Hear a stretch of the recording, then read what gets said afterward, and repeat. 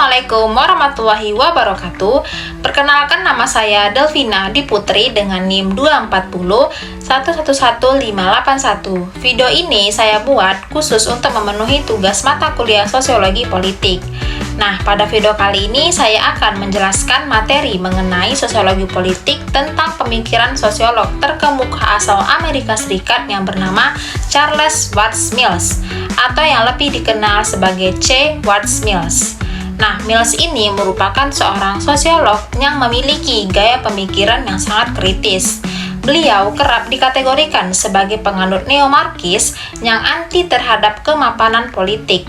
Saking kritisnya, selama masa hidupnya, Mills ini memilih untuk tidak pernah mengikuti pemilihan umum karena menganggap partai politik sebagai instrumen penipuan. Meskipun masa hidupnya singkat, pemikirannya mengenai struktur kekuasaan itu masih sangat berpengaruh dan relevan hingga saat ini. Nah, mari kita bedah poin-poin pentingnya. Yang pertama, alienasi psikologis. Nah, poin pertama yang menarik dari pemikiran Mills adalah pandangannya mengenai alienasi atau keterasingan. Jika sebelumnya Karl Marx itu melihat alienasi sebagai dampak fisik yang dialami oleh kaum buruh pabrik akibat penggunaan mesin, maka Mills ini memperluas konsep ini ke ranah psikologis yang relevan dengan masyarakat modern. Nah, menurut Mills sendiri, alienasi masa kini tidak hanya dialami oleh buruh pabrik saja, tetapi juga oleh mahasiswa, pegawai negeri, hingga pekerja di sektor jasa. Nah, kita sering merasakan tekanan batin, kecemasan, ataupun pesimisme, dan sikap apatis akibat ketidakpastian ekonomi serta masa depan. Dengan kata lain, seseorang merasa terasing bukan lagi karena mesin, melainkan karena beban mental dari lingkungan sosial yang tidak mampu memberikan rasa aman. Yang kedua, manipulasi birokrasi. Poin kedua, kita masuk ke dalam pembahasan mengenai birokrasi dan politik. Mills melihat bahwa partai politik dan elit politik itu cenderung melakukan manipulasi dalam menjalankan kekuasaannya. Birokrasi yang mereka ciptakan seringkali bersifat semu. Nah, hal ini berarti sekilas berbagai aturan atau undang-undang yang telah dibuat itu terlihat seolah-olah memperjuangkan hak-hak masyarakat kecil. Namun pada kenyataannya, regulasi tersebut justru dirancang untuk melindungi kepentingan bisnis dan melanggengkan kekuasaan para elit itu sendiri. Nah, dampaknya adalah masyarakat kecil termasuk para pengangguran dan juga sarjana itu akan terjebak di dalam aturan hukum yang rumit. Sementara media massa terus memberikan informasi yang mengalihkan fokus kita sebagai masyarakat sehingga mereka itu menjadi bodoh amat terhadap ketimpangan yang terjadi. Yang ketiga, piramida kekuasaan. Poin ketiga adalah mengenai struktur kekuasaan dalam masyarakat. Mills itu menggambarkan struktur kekuasaan ini dalam bentuk piramida atau kerucut.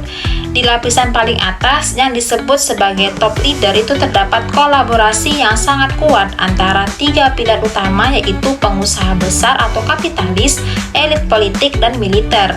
Mereka memiliki kesamaan psikologis dan kepentingan untuk menjaga agar roda kekuasaan serta keuntungan ekonomi itu tetap berputar di antara kelompok mereka saja. Nah, di bawah lapisan tersebut terdapat pula middle power yang diisi oleh para legislator atau pemimpin opini lokal. Sementara itu, masyarakat luas itu berada di lapisan paling bawah tanpa memiliki kekuasaan nyata. Mills menekankan bahwa sirkulasi elit hanya berputar di lingkaran yang sama, sehingga dalam perhelatan politik seperti pemilu itu masyarakat bawah seringkali hanya menjadi penggembira tanpa memperoleh perubahan kebijakan yang nyata. Yang keempat, krisis pekerjaan. Poin keempat adalah dampak dari struktur tersebut terhadap kehidupan masyarakat, yaitu terjadinya krisis pekerjaan.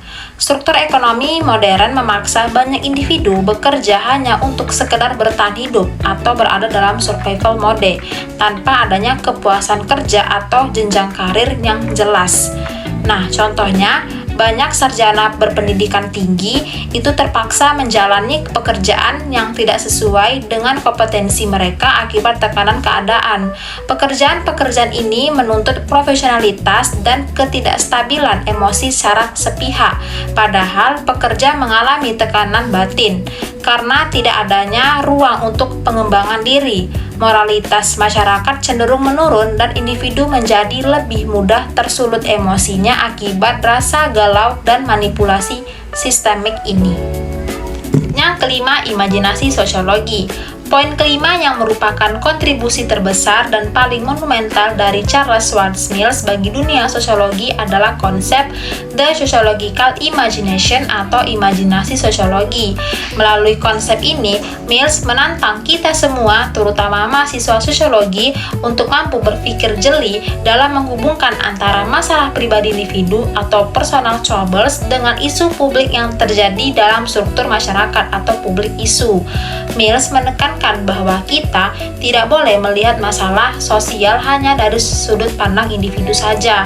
Kita harus memiliki imajinasi sosiologi untuk melihat apakah ada kegagalan sistemik atau ketimpangan struktur sosial di balik masalah yang dialami oleh masyarakat luas tersebut.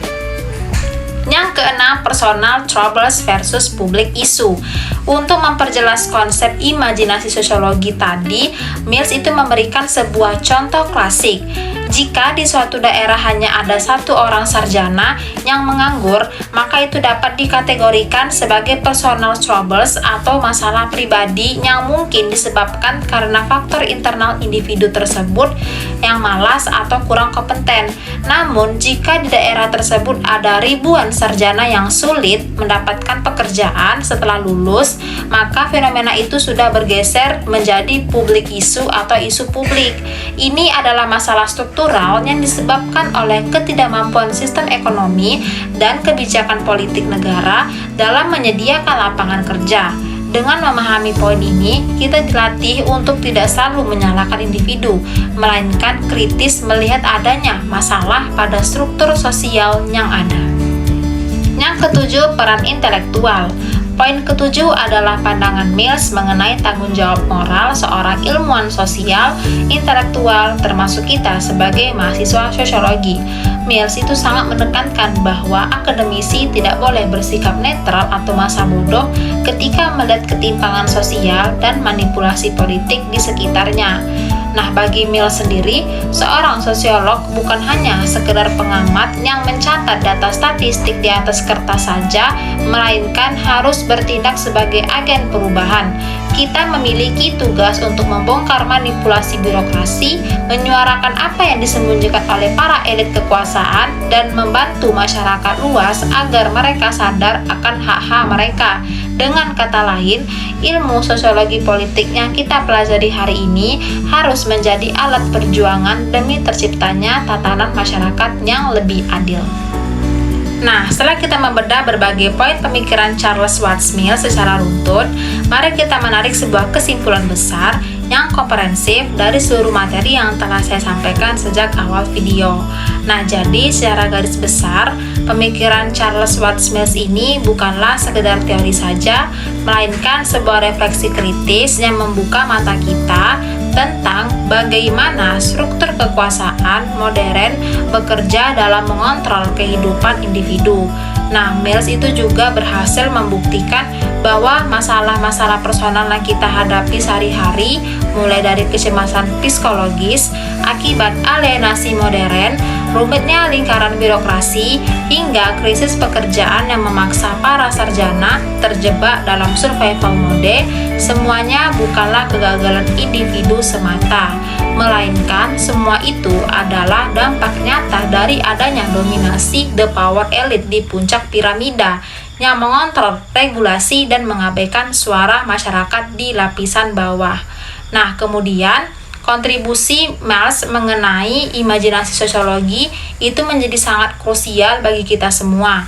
Setelah itu, menuntut kita untuk mampu menghubungkan antara personal troubles atau masalah pribadi kita dengan public issue atau isu struktural yang terjadi di dalam negara. Demikian penjelasan mendalam yang dapat saya sampaikan mengenai pemikiran Charles Watts Mills. Terima kasih yang telah memperhatikan dan menonton video ini untuk para dosen dan juga teman-teman sekalian. Wassalamualaikum warahmatullahi wabarakatuh.